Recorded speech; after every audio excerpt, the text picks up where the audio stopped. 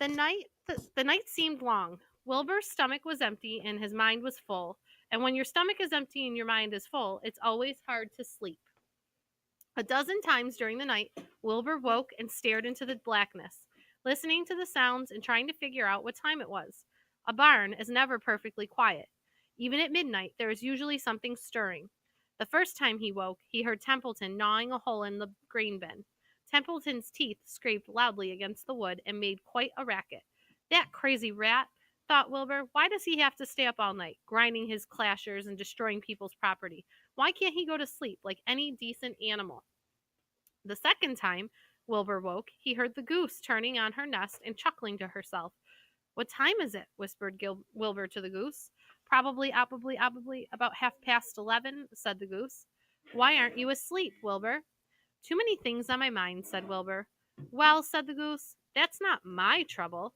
I have nothing at all on my mind, but I have too many things under my behind. Have you ever tried to sleep while sitting on 8 eggs? No, replied Wilbur. I suppose it is uncomfortable. How long does it take a goose egg to hatch? Approximately 30 days, all told, answered the goose. But I cheat a little. On warm afternoons, I just put a little straw over the eggs and go out for a walk. Wilbur yawned and went back to sleep. In his dreams, he heard again the voice saying, I'll be a friend to you. Go to sleep. You'll see me in the morning.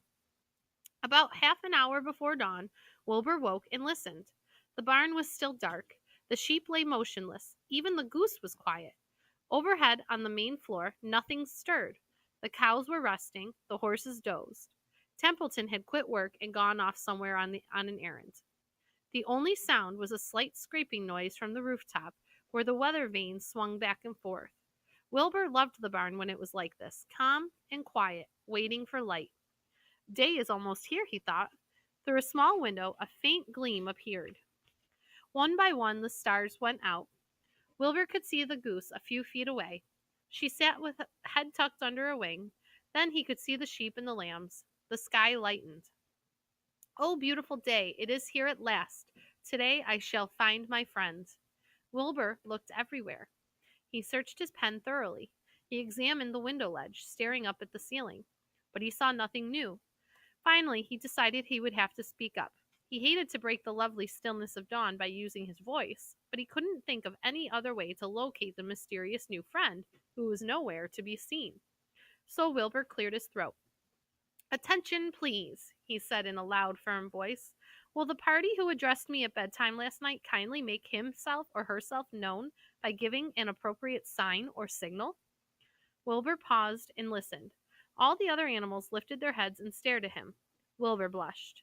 But he was determined to get in touch with his unknown friend. Attention, please, he said. I will repeat the message. Will the party who addressed me at bedtime last night kindly speak up? Please tell me where you are, if you are my friends. The sheep looked up at each other in disgust. Stop your nonsense, Wilbur, said the oldest sheep. If you have a new friend here, you are probably disturbing his rest. And the quickest way to spoil a friendship is to wake somebody up in the morning before he is ready. How can you be sure your friend is an early riser? I beg everyone's pardon, whispered Wilbur. I didn't mean to be objectionable. He lay down meekly in the manure, facing the door. He did not know it, but his friend was very near. And the old sheep was right. The friend was still asleep. Soon, Lurvy appeared with slops for breakfast. Wilbur rushed out, ate everything in a hurry, and licked the trough. The sheep moved off down the lane. The gander waddled along behind them, pulling grass. And then, just as Wilbur was settling down for his morning nap, he heard again the thin voice that had addressed him the night before. Salutations, said the voice. Wilbur jumped to his feet. What? He cried. Salutations, repeated the voice. What are they, and where are you? Screamed Wilbur. Please tell me where you are, and what are salutations? Salutations are greetings, said the voice. When I say salutations, it's just my fancy way of saying hello or good morning. Actually, it's a silly expression, and I am surprised that I used it at all. As for my whereabouts, that's easy. Look up here in the corner of the doorway. Here I am. Look, I'm waving. At last, Wilbur saw the creature that had spoken to him in such a kindly way. Stretched across the upper part of the doorway was a big spider web, and hanging from the top of the web, head down, was a large gray spider. She was about the size of a gumdrop. She had 8 legs, and she was waving one of them at Wilbur in friendly greeting. "See me now?" she asked. "Oh, yes, indeed," said Wilbur. "Yes, indeed. How are you? Good morning. Salutations. Very pleased to meet you. What is your name, please? May I have your name?" "My name," said the spider, "is Charlotte." "Charlotte what?" asked Wilbur eagerly. "Charlotte A. Cavatica. But just call me Charlotte." "I think you're beautiful," said Wilbur. "Well, I am pretty," replied Charlotte. "There's no denying that. Almost all spiders are rather nice looking. I'm not as flashy as some, but I'll do. I wish I could see you, Wilbur, as clearly as you can see me." "Why can't you?" asked the pig. "I'm right here." "Yes, but I'm nearsighted," replied Charlotte. "I've always been dreadfully nearsighted. It's good in some ways, but not so good in others. Watch me wrap up this fly." A fly that had been crawling along Wilbur's trough had flown up and blundered into the lower part of Charlotte's web, and was tangled in the sticky threads. The fly was beating its wings furiously, trying to break loose and free itself. "First," said Charlotte, "I dive at him." She plunged headfirst toward the fly. As she dropped, a tiny silken thread unwound from her rear end. "Next, I wrap him up." She grabbed the fly, threw a few jets of silk around it, and rolled it over and over, wrapping it so it couldn't move. Wilbur watched in horror. He could hardly believe what he was seeing, and although he detested flies, he was sorry for this one. "There," said Charlotte. "Now I knock him out, so he'll be more comfortable." She bit the fly. "He can't feel a thing now," she remarked. "He'll make a perfect breakfast for me." "You mean you eat flies?" gasped Wilbur. "Certainly. Flies, bugs, grasshoppers, choice beetles, moths, butterflies, tasty cockroaches, gnats, midges, daddy longlegs, centipedes, mosquitoes, crickets, anything that is careless enough to get caught in my web. I have to live, don't I?" "Why, yes, of course," said Wilbur. "Do they taste good?" "Delicious, of course. I don't really eat them. I drink them, or drink their blood. I love blood," said Charlotte, and her pleasant, thin voice grew even thinner and more pleasant. "Don't say that," groaned Wilbur. "Please don't say things like that." "Why not? It's true, and I have to say what is true.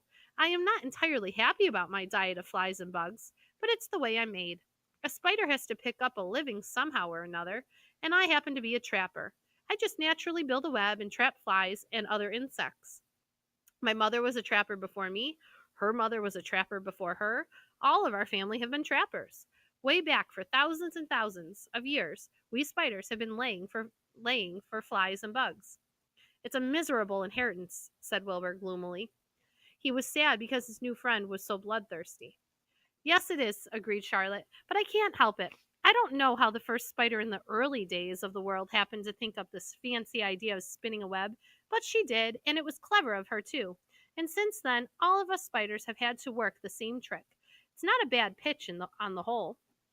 "It's cruel," replied Wilbur, who did not intend to be argued out of his position. "Well, you can't talk," said Charlotte. "You have your meals brought to you in a pail. Nobody feeds me. I have to get my own living. I live by my wits. I have to be sharp and clever, lest I go hungry. I have to think things out, catch what I can, take what comes. And it just so happens, my friend, that what comes is flies and insects and bugs. And furthermore," said Charlotte, shaking one of her legs, "do you realize that if I didn't catch bugs and eat them, bugs would increase and multiply and get so numerous that they'd destroy the earth, wipe out everything?" "Really?" said Wilbur. "I wouldn't want that to happen. Perhaps your web is a good thing after all." The goose had been listening to this conversation and chuckling to herself. "There are a lot of things Wilbur doesn't know about life," she thought. "He's really a very innocent little pig. He doesn't even know what's going to happen to him around Christmas time. He has no idea that Mr. Zuckerman and Lurvy are plotting to kill him." And the goose raised herself a bit and poked her eggs a little further under her, so that they would receive the full heat from her warm body and soft feathers. Charlotte stood quietly over the fly, preparing to eat it. Wilbur lay down and closed his eyes. He was tired from his wakeful night and from the excitement of meeting someone for the first time. A breeze brought him the smell of clover, the sweet smelling world beyond his fence. "Well," he thought, "I've got a new friend all right, but what a gamble friendship is. Charlotte is fierce, brutal, scheming, bloodthirsty, everything I don't like. How can I learn to like her even though she is pretty and, of course, clever?" Wilbur was merely suffering the doubts and fears that often go with finding a new friend In good time he was to